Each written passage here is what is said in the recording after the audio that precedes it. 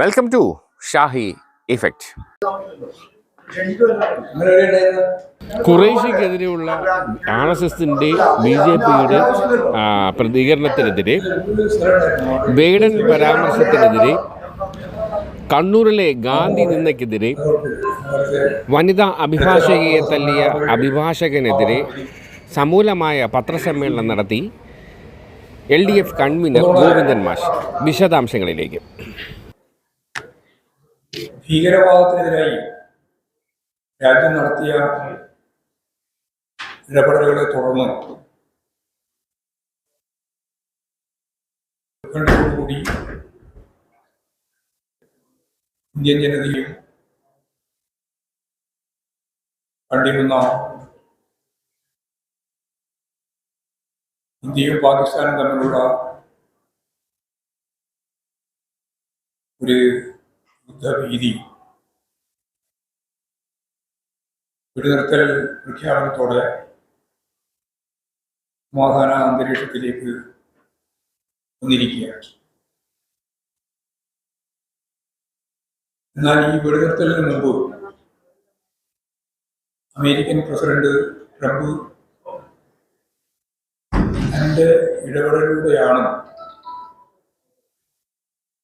1000 ആണ്ടുകളായിട്ട് വളരുന്ന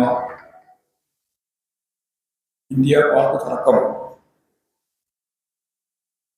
ഒരു വെടിനിർത്തൽ കരാറിലേക്ക് എത്തിയത് എന്ന പ്രസ്താവന വെടിനിർത്തൽ പ്രഖ്യാപനം വരുന്നതിന് മുമ്പ് തന്നെ അദ്ദേഹം നടത്തുകയുണ്ടായി. ഇരു രാജ്യങ്ങളും തമ്മിലുള്ള തർക്കങ്ങളിൽ മൂന്നാമതൊരു രാഷ്ട്രം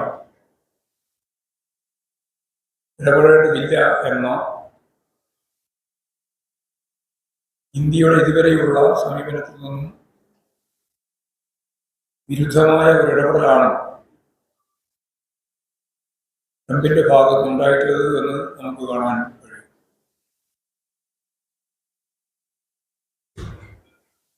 ഇത് സംബന്ധിച്ച് കൃത്യമായ ഒരു അഭിപ്രായം പറയാൻ ഇന്ത്യ ഗവൺമെന്റ് തയ്യാറാവുന്നില്ല എന്നുള്ളതും വളരെ ഗൗരവമുള്ള പ്രശ്നമാണ്.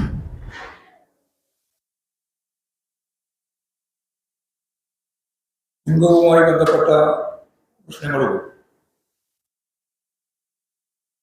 പ്രസ്താവനകളും ഇതിന്റെ ഭാഗമായിട്ട് വരുന്നുണ്ട്.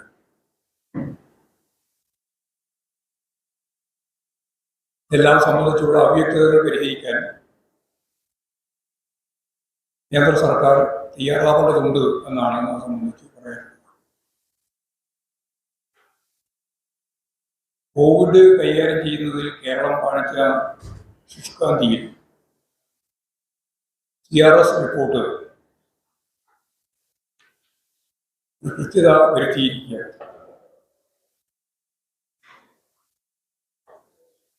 കാരണം ഇന്ത്യയിലെ വിവിധ സംസ്ഥാനങ്ങളിൽ CRS റിപ്പോർട്ട് പ്രകാരം വലിയ നമ്പറാണ് യഥാർത്ഥത്തിൽ റിപ്പോർട്ടിന്റെ ഭാഗമായിട്ട് പുറത്തു വന്നത്. കേരളമാണ് കൃത്യമായ രീതിയിൽ കണക്കുകൾ സൂക്ഷിച്ചത്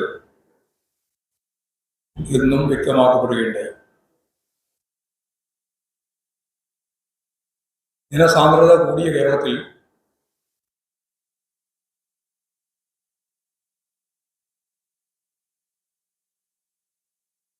ഈ നിയന്ത്രിക്കാൻ നമുക്കായി എന്നത് സർക്കാരിന്റെ ശക്തമായ ഇടപെടലിന്റെ ഭാഗമായിട്ടാണ് എന്ന് വ്യക്തമാണ്.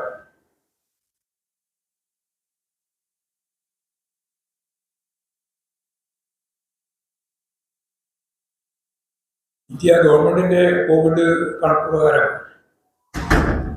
മരണസംഖ്യ 3.3 ലക്ഷം മാത്രമായിരുന്നു.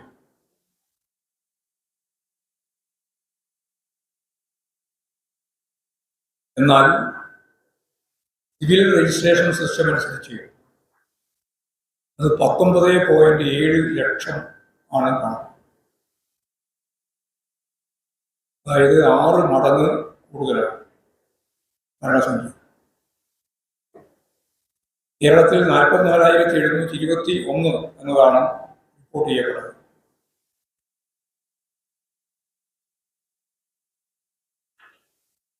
കേരള കണക്ക് പ്രകാരം അത് 65,655 ഉയർന്നത്.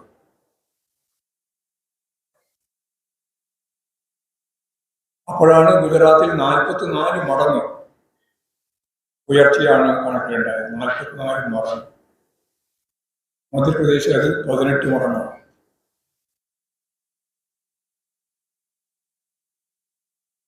ചില പത്രങ്ങളിൽ വെച്ച് എല്ലാ സംസ്ഥാനവും പോലെ കേരളം എന്ന് പറയാനാണ് ശ്രമിച്ചത്. അതുകൊണ്ടാണ് ഇത് ഈ രീതിയിൽ പറയുന്നത്.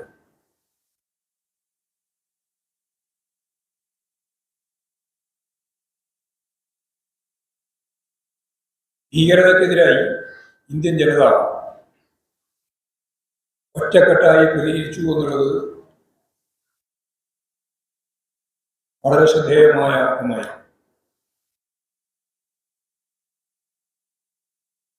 എന്നാൽ അത്തരത്തിലുള്ള യോജിച്ച പോരാട്ടത്തെ സേന നടത്തിയിട്ടുള്ള ഓപ്പറേഷൻ സിന്ദൂറിന്റെ ഉൾപ്പെടെയുള്ള കാര്യങ്ങളിൽ മാധ്യമങ്ങളെ കാണുന്നതിന് വേണ്ടി യുദ്ധപോരാട്ടത്തിന് നേതൃത്വം കൊടുത്ത് മുമ്പോട്ടേക്ക് വന്ന സ്ത്രീകൾ തന്നെ മുമ്പോട്ടേക്ക് വന്ന കാര്യം നമ്മൾ കണ്ടു. യുദ്ധ വിവരങ്ങൾ മാധ്യമങ്ങളോട് വിശദീകരിച്ച കേണൽ സോഫിയ ഖുറേഷിക്കെതിരായി അതിശക്തിയായിട്ടുള്ള വർഗീയ അധിക്ഷേപം നിരവധി മേഖലയിൽ നിന്നുണ്ടായി. ഒപ്പം മധ്യപ്രദേശിലെ മന്ത്രി കുൻവർ വിജയ് ഷാ നടത്തിയിട്ടുള്ള പരാമർശം അപലപിക്കുന്ന ഒന്നാണ് എന്ന് മാത്രമല്ല കോടതിക്ക് തന്നെ രംഗത്ത് വരേണ്ടുന്ന അവസ്ഥ സംജാതമാക്കി. ഭീകരവാദികളുടെ സഹോദരിയാണ് സോഫിയ ഖുറേഷി എന്ന് പറയുന്നിടത്തേക്ക് എത്തുക എന്നത് സത്യം പറഞ്ഞാൽ ആത്മഹത്യാപരമാണ്. ഒരു ജനതയുടെ, ഒരു സൈന്യത്തിൻ്റെ ശരിയായ രാജ്യസ്നേഹപരമായ നിലപാടിനെ അപലപിക്കുന്ന സമീപനമാണ് യഥാർത്ഥത്തിലുണ്ടായത്. ഈ BJP മന്ത്രിക്കെതിരായി കർശനമായ നിലപാട് സ്വീകരിക്കാനോ സംഘടനാപരമായ സമീപനം സ്വീകരിക്കാനോ BJP തയ്യാറായില്ല എന്ന് മാത്രമല്ല, BJP വക്താവ് പറയുന്നത് മാപ്പ് പറഞ്ഞിരുന്നല്ലോ, അതോടുകൂടി തീർന്നു. മാപ്പ് പറഞ്ഞതുകൊണ്ട് മാത്രം തീരുന്നതാണോ ഇത്ര ഗൗരവതരമായ പ്രശ്നം? ഇതൊറ്റപ്പെട്ട ഒരു സംഭവമായിട്ട് അല്ല നമ്മൾ കാണേണ്ടത്. സംഘപരിവാർ മുന്നോട്ടേക്ക് വെക്കുന്ന വർഗീയപരവും ചാതുർവർണ്ണ ആശയങ്ങളെ അടിസ്ഥാനപ്പെടുത്തിയതുമായ നിലപാടുകൾ കേരളത്തിൽ നമുക്ക് പ്രകടമായി മനസ്സിലാക്കാൻ സാധിച്ചതാണ് വേടനെതിരെയുള്ള അവരുടെ സംഘപരിവാർ ആക്രമണ സമീപനത്തിൽ.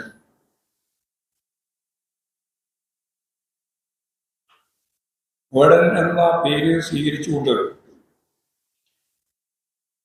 ഒരു ചെറുപ്പക്കാരൻ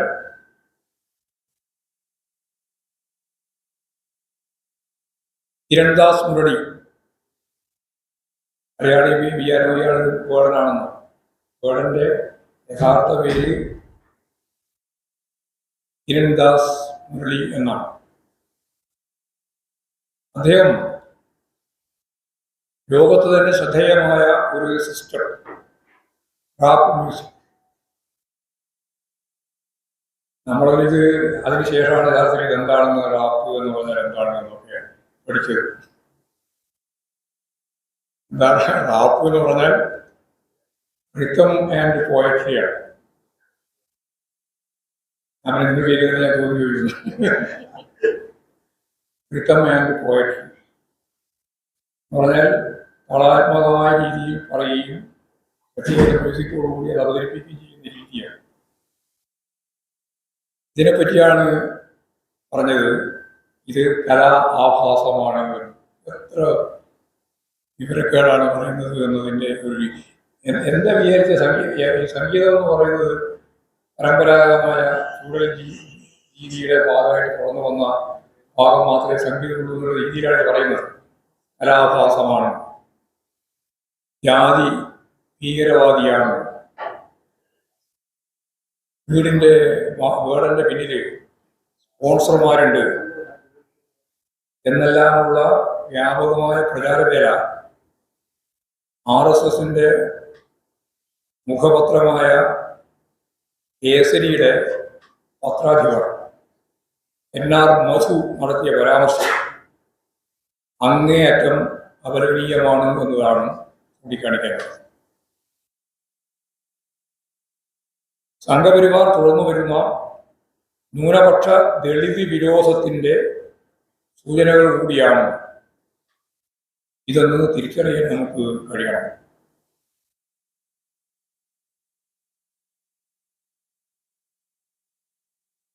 നവോത്ഥാനം വഴിപിഴച്ചു പോകുന്നു എന്നൊക്കെയാണ് അദ്ദേഹം പറഞ്ഞത്. വേടൻ പങ്കെടുക്കുന്ന പരിപാടികളിൽ പുതിയ തലമുറയിൽപ്പെട്ട 10,000-കണക്കിന് ആളുകളാണ് ഒത്തുചേരുന്നത്.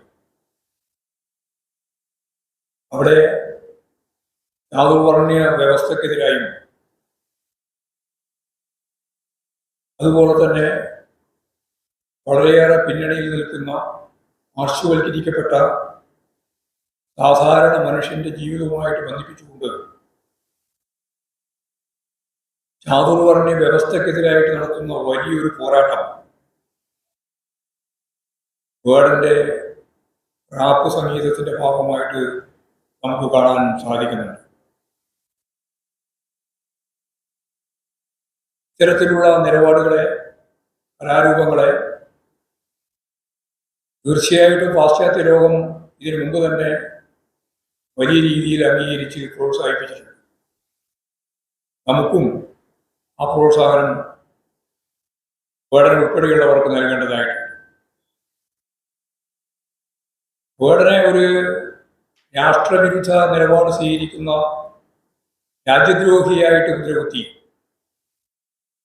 ഒരു ജാതി ഭീകരവാദിയായിട്ട് അവതരിപ്പിച്ച് ഒറ്റപ്പെടുത്താനുള്ള ശ്രമമാണ്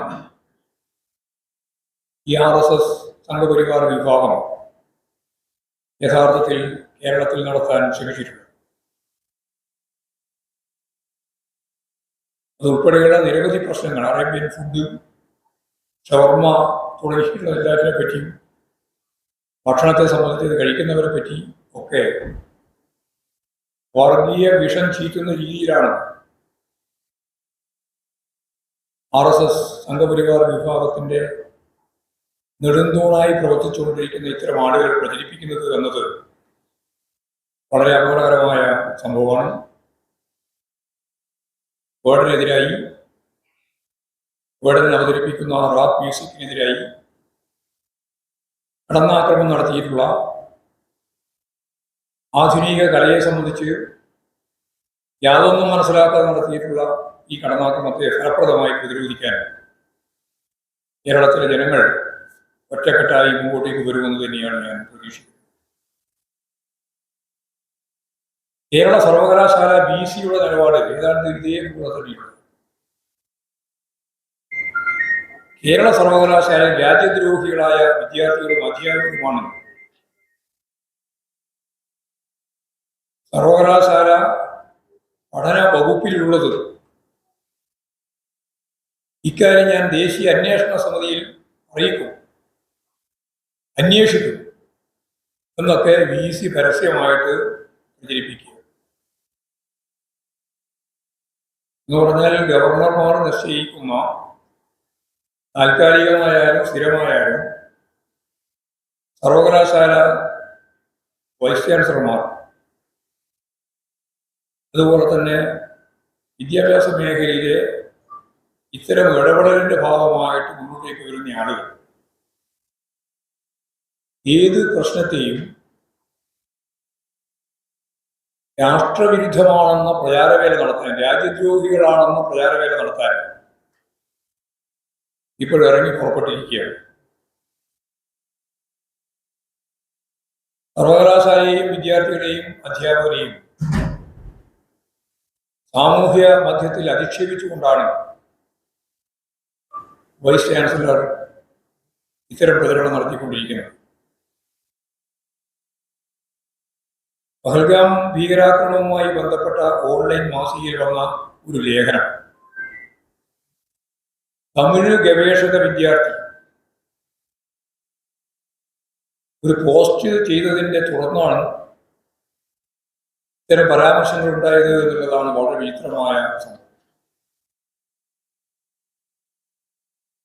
നേരത്തെ തന്നെ വിദ്യാർത്ഥി വിരുദ്ധ നിലപാടുകൾ സ്വീകരിച്ചുകൊണ്ടാണ് ഇദ്ദേഹം ശ്രദ്ധ നേടിയിട്ടുള്ളത്. അതിനെതിരായി വലിയ പ്രതിഷേധം വിദ്യാർത്ഥി സമൂഹത്തിൽ നിന്നും ഉയർന്നു വരികയും ചെയ്തിട്ടുള്ളതാണ്. എന്നിട്ടും ആ നിലപാടുകൾ തുടരുന്ന നിലയാണ് ഇരുത്താൻ തയ്യാറില്ലാതെ അദ്ദേഹം ചെയ്തുകൊണ്ടിരിക്കുന്നത്.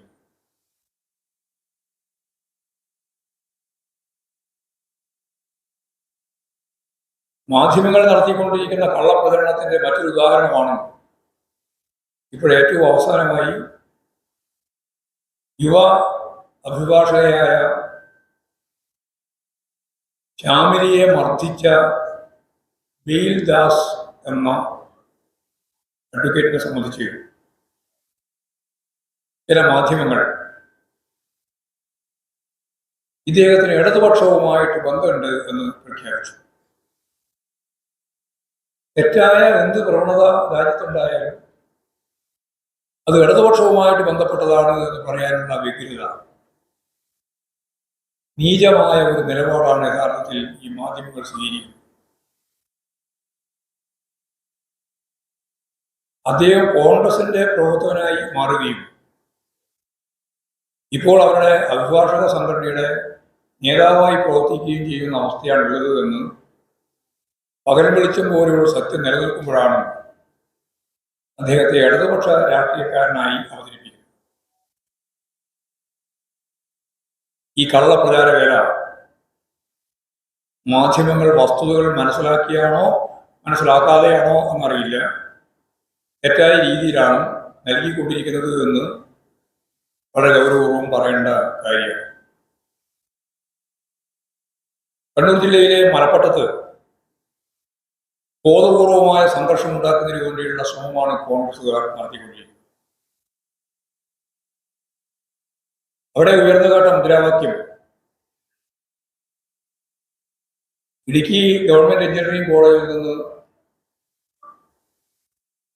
ASU യൂത്ത് കോൺഗ്രസുകാരാൽ മൃഗീയമായിട്ട് കൊല ചെയ്യപ്പെട്ട ധീരജിന്റെ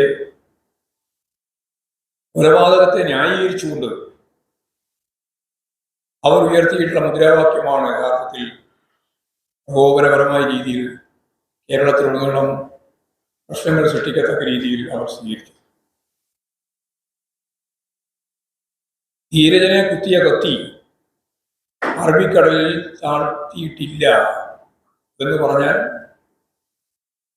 നിങ്ങളെ കൊല്ലുന്നതിന് ഇനിയും ഞങ്ങളുടെ കയ്യിൽ കത്തിയുണ്ട് എന്നുള്ള ന്യായവാദം.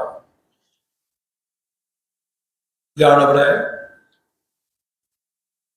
ഉയർത്തിയിട്ടുള്ള ദൃക്സാക്ഷിയെ അപമാനിക്കുന്നതിന് വേണ്ടി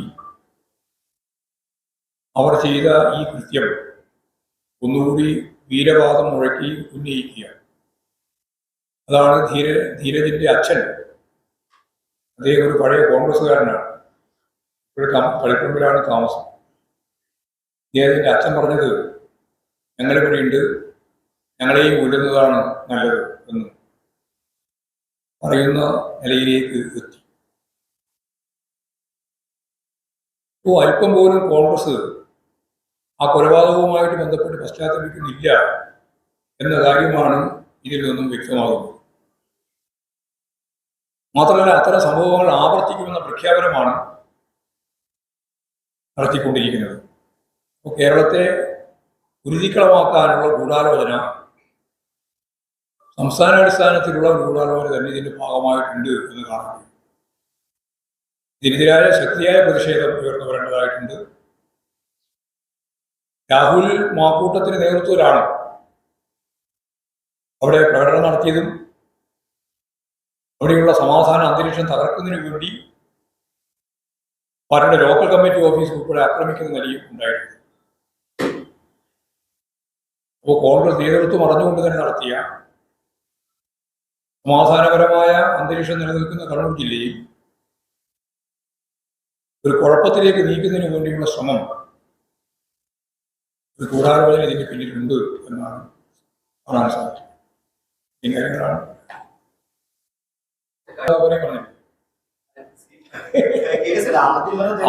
ആദ്യം പറഞ്ഞതിന് ശേഷം രണ്ടാമത് അത് പിന്നെ നിങ്ങൾ കേട്ടില്ലേ? രണ്ടു നിൽക്കുന്നതാണ്, രണ്ടുപാടെ നിൽക്കുന്നു. അതിനോട് ഞങ്ങൾ പ്രതികരിക്കേണ്ട കാര്യമൊന്നുമില്ല. എന്ത് കാര്യത്തിലാണ് ഞങ്ങൾ പ്രതികരിക്കേണ്ടത്? അദ്ദേഹം ഒന്ന് ആദ്യം പറഞ്ഞു, പിന്നെ പറഞ്ഞു അത് അങ്ങനെയല്ല എന്ന് പറഞ്ഞിട്ടുണ്ട്, പറഞ്ഞിട്ടുണ്ട്. കേസെടുക്കില്ല, സ്വാഭാവികം.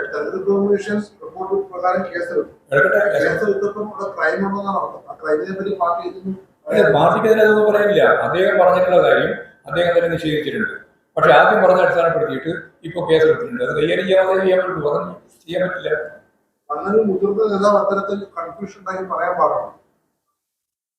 ഞാൻ പാടില്ല എന്ന് പറഞ്ഞാൽ അതൊരു വാർത്തയാക്കി നിങ്ങൾക്ക് എടുക്കാനല്ലേ? അങ്ങനെ ആവർത്തനമില്ല. ഞാനിതിലേ പറഞ്ഞുള്ളൂ.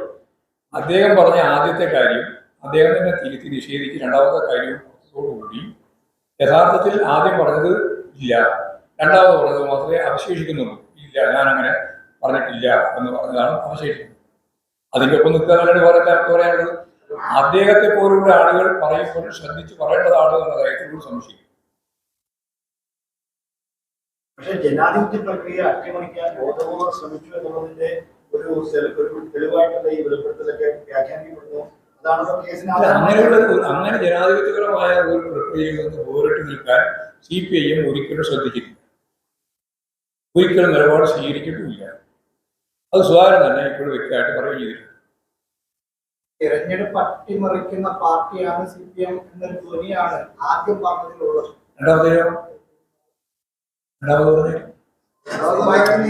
സ്വാഭാവികമായി നിയമ നടപടികൾ വന്നോട്ടെ അതൊക്കെ പറഞ്ഞിട്ടുള്ള ആളുകൾ തന്നെ അതൊക്കെ നേരിട്ടെ പറയാൻ പറ്റില്ല. രണ്ടാമത് അദ്ദേഹം പറഞ്ഞതാണ് അതിലാണ് പാർട്ടിയുള്ളത്. പാർട്ടിക്ക് പറയുന്നതും പറയാനില്ല. പാർട്ടി ഒരിക്കലും നിങ്ങൾ പറയുന്ന പോലെ നിങ്ങളുടെ വ്യാഖ്യാനത്തിന് അടിസ്ഥാനപ്പെടുത്തിയിട്ട് ജനാധിപത്യ സംവിധാനത്തെ അട്ടിമറിക്കാനുള്ള ശ്രമത്തിന്റെ ഭാഗമായിട്ട് ഒന്നുമില്ല. ഞങ്ങൾ ഇതിലൊന്നുമില്ല. നിങ്ങൾക്ക് എന്തുകൊണ്ട് എടുക്കാം? ഞാനതൊന്നും പറയണേ. ഈ നിയമ നടപടികൾക്ക് പാർട്ടിയുടെ പിന്തുണ ഉണ്ടാവും. നിയമ നടപടികൾക്ക് നിയമ നടപടികളിലാണ് പാർട്ടിയുടെ പിന്തുണ. നിയമത്തിന്റെ രീതിയിൽ കൈകാര്യപ്പെടുകയല്ലേ ചെയ്യുക.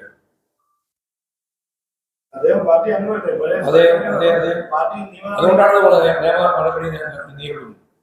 എന്തിനാ പാർട്ടി സഹായം?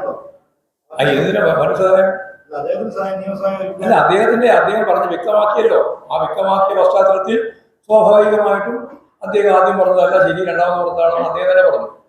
കോൺഗ്രസ് നേതാക്കൾ പറയുന്നത് CPIയുടെ കള്ളവോട്ട് തുടങ്ങിയാൽ തന്നെ അടുത്ത തെരഞ്ഞെടുപ്പിൽ വലിയ വിജയം ഉണ്ടാകും. നല്ല രീതിയിൽ തടഞ്ഞ് ജയിക്കട്ടെ. അതിലൊന്നും ഒരു കഴമ്പില്ലാത്ത കാര്യങ്ങൾ പറഞ്ഞുകൊണ്ടിരിക്കുകയാണ്. ആവശ്യമില്ല വേറെ പാർട്ടിയെ അനാവശ്യമായി പ്രതിരോധത്തിലാക്കുകയാണ് കുറെ കാലമായി.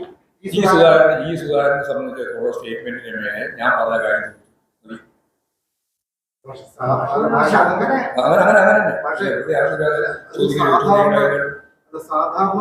സാധാരണ രാഷ്ട്രീയ പ്രസ്താവനയാണെങ്കിൽ ഭാഷ വളരെ ശരിയാണ്. ആദ്യത്തെ പറഞ്ഞു, രണ്ടാമത്തെ പറഞ്ഞു. ഓക്കെ, സാധാരണ രാഷ്ട്രീയ പ്രസ്താവന. ഇത് രാജ്യത്തെ തെരഞ്ഞെടുപ്പുമായി ബന്ധപ്പെട്ട് ഒരു കള്ളവോട്ട് നടത്താൻ കൂട്ടുനിന്നുവെന്ന് പറയുകയും തെരഞ്ഞെടുപ്പ് കമ്മീഷൻ ഇടപെടുകയും ചെയ്ത് ക്രൈം ഉണ്ട്. അത് പാർട്ടി ഒരു പൊളിറ്റിക്കൽ നിലപാട് വ്യക്തമാക്കണം. ഒരു തരത്തിലുള്ള അട്ടിമറി പ്രവർത്തനത്തിനും CPIM ഇല്ല. അന്നുമില്ല, ഇന്നുമില്ല, നാളെയും അത് വളരെ വ്യക്തമായിട്ട് ഞാൻ തന്നെ പറഞ്ഞു. പിന്നെ സുധാകരൻ ആദ്യം പറഞ്ഞത് കൃത്യമായിട്ട് രണ്ടാമത്തെ പ്രാവശ്യം അത് അങ്ങനെയല്ല എന്ന് വ്യക്തതയോടുകൂടി പറയുകയും ചെയ്തു. പറയാൻ പാടില്ല എന്നുള്ള അഭിപ്രായം പാർട്ടിക്ക്. അതെ അതെ, കോൺഗ്രസ് അക്രമ രാഷ്ട്രീയത്തിലേക്ക് കോൺഗ്രസ് പോവുക എന്നുള്ളതാണ്. പഴയ കാലത്തെ കോൺഗ്രസിന്റെ നിലപാട് തന്നെയായിരുന്നു. അതിലേക്ക് വീണ്ടും പോകാനാണ് ശ്രമം. കാരണം കോൺഗ്രസിന്റെ അകത്ത് വലിയ കുഴപ്പമാണ്. സുധാകരൻ തന്നെ കൃത്യമായിട്ട് കാര്യങ്ങൾ ഓരോന്നും തുറന്ന് പറഞ്ഞുകൊണ്ടിരിക്കുകയാണ്. എന്നെ ചതിച്ചിരിക്കുകയാണ്, എന്നെ പുറത്താക്കിയിരിക്കുകയാണ്, എന്നെ പുറത്താക്കേണ്ട ഒരു കാര്യം ഉണ്ടായിരുന്നില്ല ഉൾപ്പെടെയുള്ള കാര്യങ്ങൾ മാധ്യമങ്ങളെ വിളിച്ച് പറഞ്ഞുകൊണ്ടിരിക്കുന്ന സന്ദർഭത്തിൽ മാധ്യമ ശ്രദ്ധ മാറ്റുന്നതിന് വേണ്ടി ഒരു അക്രമ സംവിധാനത്തിലേക്ക് കാര്യങ്ങൾ നീക്കാനാണ് കോൺഗ്രസ് നേതൃത്വം ശ്രമിച്ചുകൊണ്ടിരിക്കുന്നത്. പക്ഷേ അതുകൊണ്ടൊന്നും കോൺഗ്രസ് രക്ഷപ്പെടുമെന്ന് വിചാരിക്കണം. കോൺഗ്രസിനുള്ളിലെ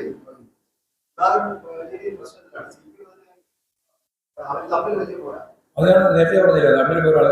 സുധാകരൻ മാറ്റിയാലും പോരാണ്, സുധാകരനെ നിർത്തിയാലും പോരാണ്. ഇത് മാറ്റിയാലും കുഴപ്പമാണ്. ഇപ്പൊ തന്നെ ഓരോരാൾ പറഞ്ഞു തുടങ്ങിയല്ലോ, ഇനിയും വരുന്നത്. മുഖ്യമന്ത്രി സുധാകരനൊക്കെ പറയുന്നത് വളരെ കറക്റ്റാണ്. മുഖ്യമന്ത്രിയെ സംബന്ധിച്ച് ഞാനത് മുമ്പേ പറഞ്ഞുകൊണ്ടിരിക്കുന്നു. കോൺഗ്രസിന്റെ അകത്തുള്ള ഈ മാറ്റത്തെ സംബന്ധിച്ചുള്ള പ്രധാനപ്പെട്ട കാര്യം ആര് മുഖ്യമന്ത്രിയാവുന്നതിനെ സംബന്ധിച്ചുള്ള തർക്കത്തിന്റെ ഭാഗമാണ്. ഒരുപാട് ആളുകൾ ഇപ്പോൾ മുഖ്യമന്ത്രിയാവാൻ നടക്കുകയാണ്. അപ്പോഴാണ് സുധാകരൻ പറഞ്ഞത് അതിന് ചാൻസ് കുറവാണ്.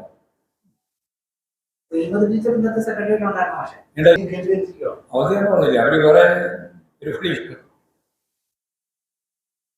പക്ഷേ ഈ അഭിഭാഷകരുടെ പ്രശ്നമല്ലേ, അഭിഭാഷകരെ പോലീസിന് അവിടെ കയറാൻ അഭിഭാഷകരെ ഇപ്പൊ രക്ഷപ്പെട്ടത് അഭിഭാഷക നേതാവ് അസോസിയേഷൻ സെക്രട്ടറി കോൺഗ്രസിന്റെ അല്ല കോൺഗ്രസിന്റെ നേതാവാണല്ലോ ഈ മനുഷ്യൻ. നിങ്ങളെല്ലാം കൂടി ചേർന്നിട്ട് അദ്ദേഹത്തെ ആളാക്കി മാറ്റിയിരിക്കുകയാണ്.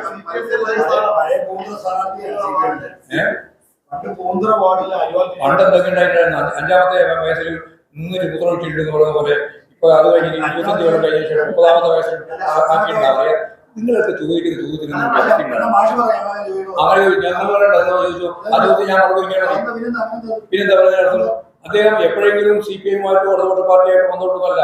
ഇപ്പൊ പ്രസിഡന്റിൽ എന്താണെന്നുള്ളത് സംഭവം ആയിക്കോട്ടെ. 5 കൊല്ലം കഴിഞ്ഞില്ലേ? 5 കൊല്ലം നീ പറയേണ്ട കാര്യം അയാൾ ഇപ്പൊ എന്താന്ന് പറഞ്ഞില്ലല്ലോ. 5 കൊല്ലം അങ്ങനെ പറയണ്ട. 5 കൊല്ലം മുമ്പ് ഇന്നായിരുന്നു. എന്നാൽ 5 കൊല്ലത്തിന് ശേഷം ഇപ്പോൾ അദ്ദേഹം UDF-ഉമായിട്ട് കോൺഗ്രസുമായിട്ട് ബന്ധപ്പെട്ട അവരുടെ ഈ പറയുന്ന സംവിധാനത്തിന്റെ ഭാഗമായിട്ടുള്ള നേതാവാണ് എന്ന് പറഞ്ഞിട്ടുണ്ടോ? ഇല്ലല്ല. എവിടെയും പറഞ്ഞില്ല, വെറുതെ പറയാണ്. ഇല്ല, ഞാനിപ്പോ ചോദിച്ചപ്പോ അങ്ങനെ പറയാൻ മാത്രമേ. നിങ്ങൾ അതാ ഞാൻ പറഞ്ഞത്, ഒരു ശരിയായ രീതിയിൽ കാര്യം കഴിയാണ്. ഞാൻ നേരത്തെ പറഞ്ഞപ്പോൾ തന്നെ പറഞ്ഞു, യഥാർത്ഥത്തിൽ അദ്ദേഹം ഇപ്പോഴും കോൺഗ്രസിന്റെ അഭിഭാഷക നേതൃത്വമായിട്ട് പ്രവർത്തിക്കുന്ന ഒരാളാണ്.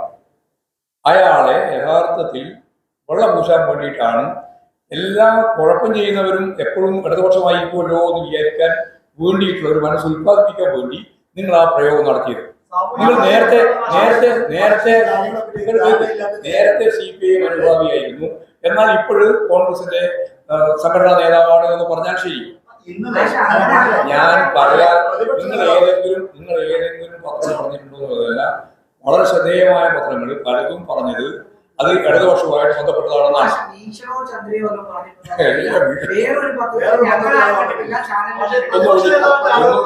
ഒന്നും കൂടി നോക്കിയിട്ട് അടുത്ത പത്രസമ്മേളനം ഏതെല്ലാം പത്രത്തിൽ എങ്ങനെയൊക്കെയാ വാർത്ത വന്നത് കൃത്യമായിട്ട് പറയാം.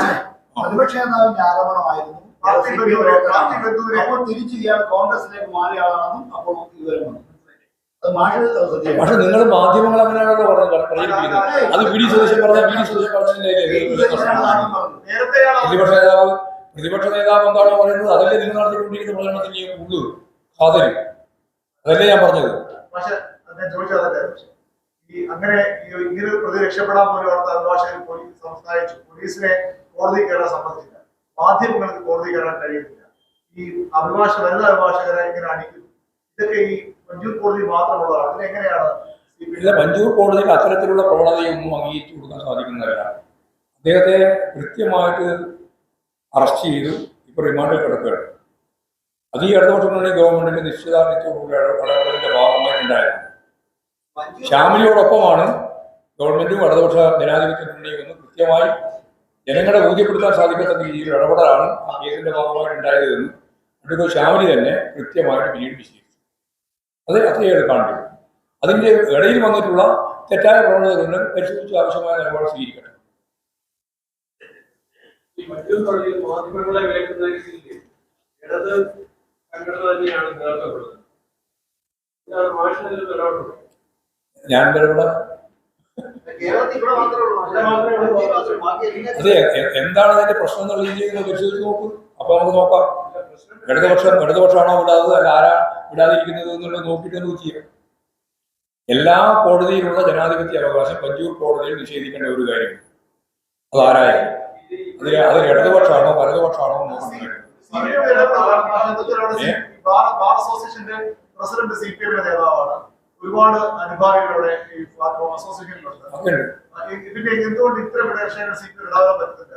അല്ല, ഞങ്ങളിങ്ങനെ നമ്മുടെ മുമ്പിൽ ഇതേപോലെ ഈ രീതിയിൽ ഇടപെടേണ്ടതായിട്ട് വന്നിട്ടില്ല. എന്തെങ്കിലും രീതിയിൽ ഇടപെടേണ്ടതായിട്ട് വരികയാണെങ്കിൽ അവിടെയുള്ള ഞങ്ങളുമായിട്ട് ബന്ധപ്പെട്ട സഖാക്കളോട് അതുപോലെ തന്നെ അതിന്റെ ഭാഗമായിട്ട് നിൽക്കുന്നവരോട് ഞങ്ങൾക്ക് ശരിയായ രീതിയിൽ നിലപാട് സ്വീകരിക്കണം എന്ന് പറയുന്നത് യാതൊരു പ്രയാസം ഉണ്ടാവുന്നില്ല. ഞങ്ങൾക്ക് എല്ലാ കോടതിയിലുള്ളതിൽ നിന്ന് വ്യത്യസ്തമായ ഒരു നിലപാട് ഇവിടെ എടുക്കേണ്ട ഇവിടെ സ്വീകരിക്കേണ്ട ഒരു കാര്യമുണ്ടോ? പഞ്ചൂര് മാത്രം അത് നോക്കി കാര്യങ്ങൾ കൈകാര്യം ചെയ്യും. അതിലൊരു സംശയമാണ്. ഞങ്ങൾക്കതിൽ യാതൊരു തരത്തിലുള്ള റിസർവേഷൻ പഞ്ചൂർ കോടതിക്ക് മാത്രം വേണ്ടി ആണ്. നടത്തിയ ഒരു പരാമർശവുമായിട്ട് ബന്ധപ്പെട്ട് ഒരു കേസ് വന്നിരിക്കുന്നു. ആ കേസ് കൈകാര്യം ചെയ്യുന്നുള്ളത് അത് രാജീവ് പറഞ്ഞത് ജനങ്ങൾക്ക് വേണ്ടിയിട്ട് വിശദീകരിച്ച ഒരു കാര്യം മാത്രമാണെന്നാണ് അദ്ദേഹം പറഞ്ഞിട്ടുള്ളത്. അത് ഞങ്ങളെ സംബന്ധിച്ച് ചർച്ച ചെയ്തതല്ല. ഞങ്ങളെ സംബന്ധിച്ച് ചർച്ച ചെയ്ത കാര്യമല്ല. അവിടെ ബന്ധപ്പെട്ട് നോക്കിയാലും പക്ഷെ നമ്മുടെ ഒരു പൊതുമേഖലാ സ്ഥാപനം നെയ്യാറ്റിൻകരയിൽ അവിടുത്തെ ഒരു സാമ്പത്തിക പ്രവർത്തിയുടെ കാര്യങ്ങളൊക്കെ അവിടുത്തെ MP സർക്കാരിനെ അറിയിച്ചിട്ടുണ്ട്. വ്യവസായ വകുപ്പില് അവിടുത്തെ ജീവനക്കാർ പരാതി മാഷ് ഉൾപ്പെടെ നൽകിയിട്ടുണ്ടെന്നാണ് പറയുന്നത്. അതെന്തെങ്കിലും ആ പരാതിയെല്ലാം കൃത്യമായി പരിശോധിച്ച് ആവശ്യമായ നിലപാട് സ്വീകരിക്കും.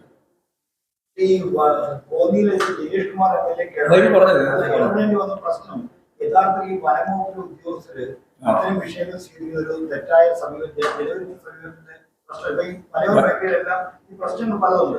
അപ്പൊ ഇത് അക്രമിറ്റ് ചെയ്ത അത് പരിശോധിക്കേണ്ട കാര്യങ്ങൾ പരിശോധിച്ച് തന്നെ ഗവൺമെന്റ് പോകണം. രീതിയാണ് കാണുന്നത്.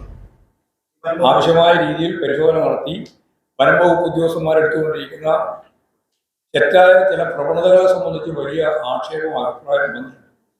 അപ്പോൾ വേർഡിന്റെ കാര്യത്തിൽ എടുത്തിട്ടുള്ള നിലപാട് തന്നെ പ്രശ്നമായി കണ്ടതല്ല.